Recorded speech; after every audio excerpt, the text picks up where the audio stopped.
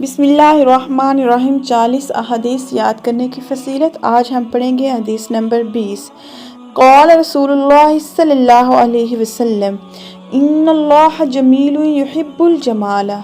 क़ाल रसूलुल्लाह सल्लल्लाहु अलैहि वसल्लम इन्नल्लाह जमीलुन युहिब्बुल जमाला।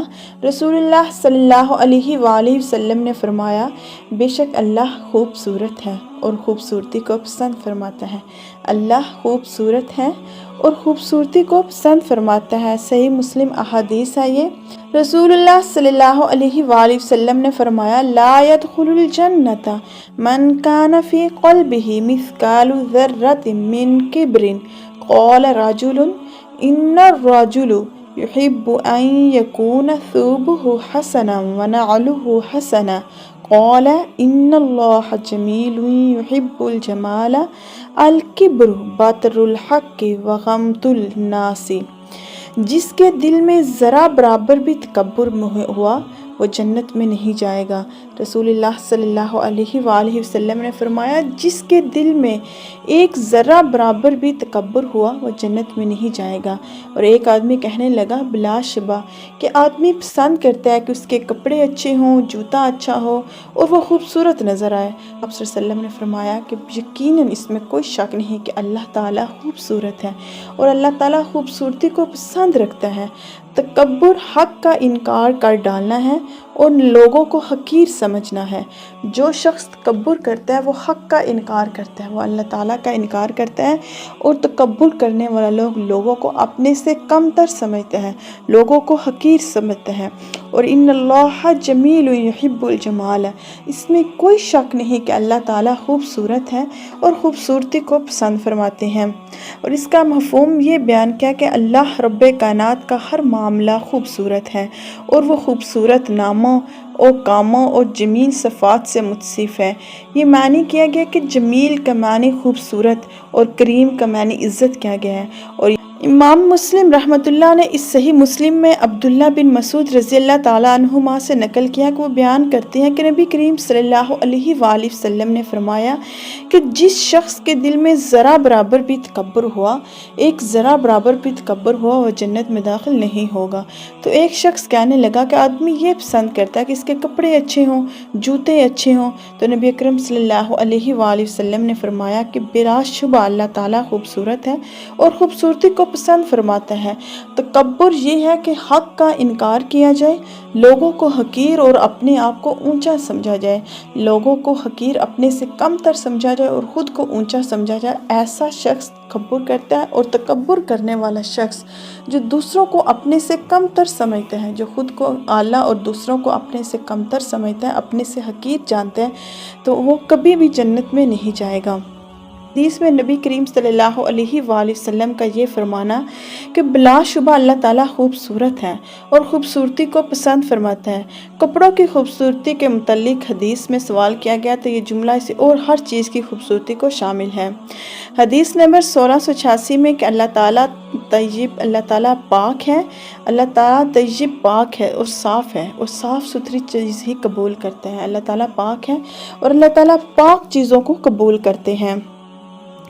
सुनन तिरमिज़ी में है कि बिलाशुबा अल्लाह ताला अपनी नेमत का असर अपने बंदे पर देखना पसंद करता है।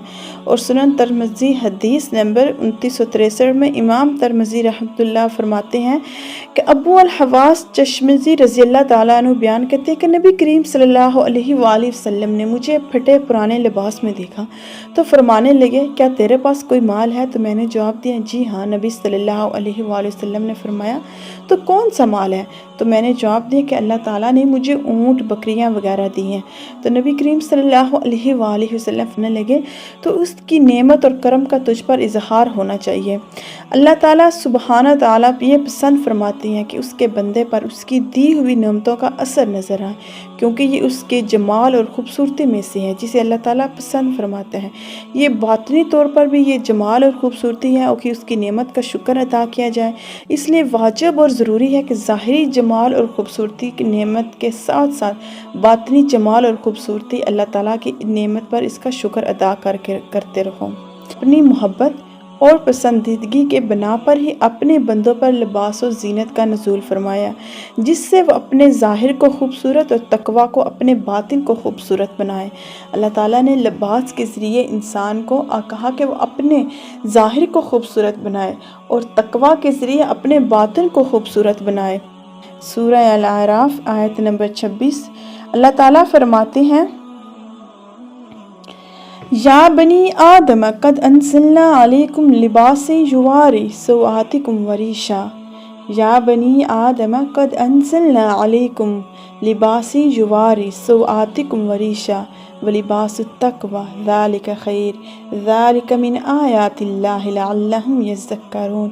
اے اولاد آدم علیہ السلام، ہم نے تم پر لباس نازل کیا کہ تمہارے جسم کے قابل شرم حصوں کو ڈھانکے اور تمہارے لیے جسم کی حفاظت اور زینت کا ذریعہ بھی ہو، اور بہترین لباس تقوی کا لباس ہے۔ یہ اللہ تعالیٰ کی نشانیوں میں سے ایک نشانی ہے تاکہ لوگ اس سے سبق حاصل کریں۔ سورہ اعراف میں اللہ تعالیٰ فرما رہے ہیں کہ اے بنی اولاد آدم، ہم نے تمہارے لیے لباس پیدا کیا تاکہ لوگ اس سے اے بنی آدم، ہم نے تم پر لباس نازل کیا جو تمہارے جسم کے قابل شرم حصوں کو ڈھانکے اور تمہارے لیے جسم کی حفاظت اور زینت کا بھی ذریعہ ہو، اور سب سے بہترین لباس تقوی کا لباس ہے۔ اللہ تعالیٰ کی نشانیوں میں سے ایک نشانی ہے تاکہ لوگ اس سے سبق حاصل کریں۔ اللہ تعالیٰ جس طرح اقوال و افعال، لباس اور شکل و صورت میں خوبصورتی و جمال کو پسند فرماتا ہے، اسی طرح وہ قبیح اور برے افعال و اقوال، لباس و شکل سے بغض و ناپسندیدگی کا اظہار فرماتا ہے۔ اللہ تعالیٰ قبیح قسم کے لوگوں کو اور قباحت سے بغض اور جمال و خوبصورتی اور اسے پسند کرنے والے لوگوں سے محبت کرتا ہے۔ اللہ تعالیٰ خوبصورت ہیں، اللہ تعالیٰ اس میں کوئی شک نہیں کہ بلا شبہ اللہ تعالیٰ خوبصورت ہیں اور خوبصورتی کو پسند فرماتے ہیں۔ اللہ تعالیٰ نے انسان کے لیے لباس بنایا تاکہ وہ اپنی ظاہری شکل و صورت اور اپنے جسم کی زینت کر سکے اور اس کے ذریعے اپنے آپ کو صاف ستھرا اور خوشنما بنا سکے، اور اپنے باطن کو تقوی کے ذریعے وہ خوبصورت کر سکے۔ ان اللہ جمیل یحب الجمال، بے شک اللہ خوبصورت ہے اور خوبصورتی کو پسند فرماتے ہیں۔ حدیث کا مقصد دو عظیم اصولوں پر مشتمل ہے، ایک تو معرفت اور دوسرا سلوک۔ تو اللہ تعالیٰ کی معرفت اس جمال و خوبصورتی سے ہوگی جس کی کوئی بھی مثال نہیں۔